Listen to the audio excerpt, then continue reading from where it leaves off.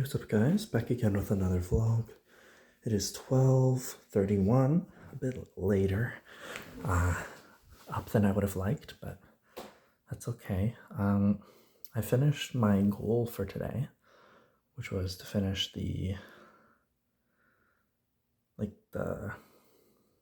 reflection assignment, and it was like 1,000 words. So, well, 1,000 words in total. It's like 4 separate journal entries. Each one is like 250 words each. So I did that today, and I started my research essay as well.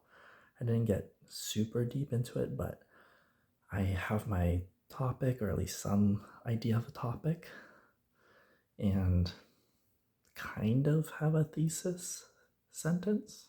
Kind of. I'm still figuring it out. But I know that I want to do like something about the physical fitness of university students and like how we can do to improve it, because it's been declining over the years. But I need to come up with like an argumentative thesis statement. So I'm like, I don't know what to do. Maybe saying like universities need to like incorporate more like active living styles. But even then, I feel like university already does a lot to help with active living, because you walk like a lot, especially if you're like off campus. But even if you're on campus, you still like walk around a lot. Like, at least at my university, the gym, you can enter basically anytime as long as you're paying your tuition, because the gym is included as part of that. So like, it's kind of like nice that that exists, right? But yet, a lot of university students live very unhealthy lifestyles, either very sedentary or aren't eating healthy or aren't very like worried about their physical health, which makes sense. University students are stressed. We're all stressed. So it's kind of hard to focus on your physical health when you've got so much other stuff to worry about. So yeah. I'm still thinking about it, but I'm just thinking like maybe I could do something about like the just like increasing like obesity rates like over the years, like compared to 30 years ago, something along those lines. I'm not too sure, but yeah. Also, I'm still kind of sick today, and by sick I mean I'm still very sick. I have like a fever, I think. I don't know, like I was like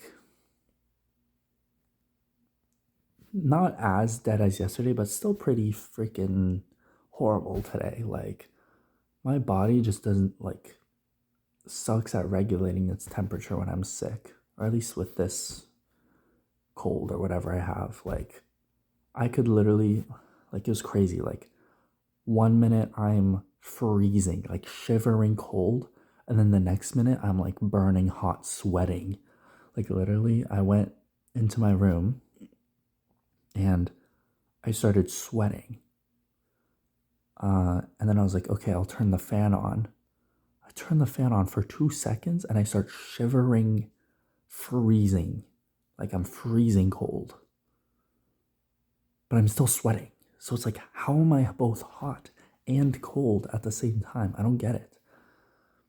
And so yeah, that wasn't very fun. Still have a headache, still have a sore throat. I think this is definitely sick of some sort, which also kind of sucks considering this week is like the busy week of like this semester. Like, it's gonna be the most busy week of my life, because tomorrow I'm hoping to finish my research essay, which I don't know if I'll be able to do. It's supposed to be 1,500 words to 2,000 words long. and I haven't even studied the outline yet, so I still need to find, like, you need 5 sources as well. So it's like I have to find those. I have to make sure they're credible and that they're like reliable. A big worry of mine was like it said that you're supposed to like also find primary sources. I hate primary sources because they are impossible to find. How the heck are you supposed to find primary sources online? Like what? It's like borderline impossible. Like if I were in person and I could go to the library, then okay, sure. Maybe it's a bit more doable. But online, like there's no filter for search only for primary resources. Oh no, no, no. You have to freaking manually find those things. And I am telling you, it is impossible. You have to deep dive like through so many articles in order to find the primary resource. It's essentially impossible. It's basically impossible.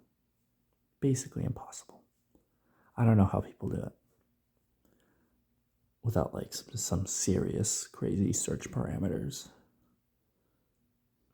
But even then, it's really hard to find something that like is specific enough to your thesis statement, you know?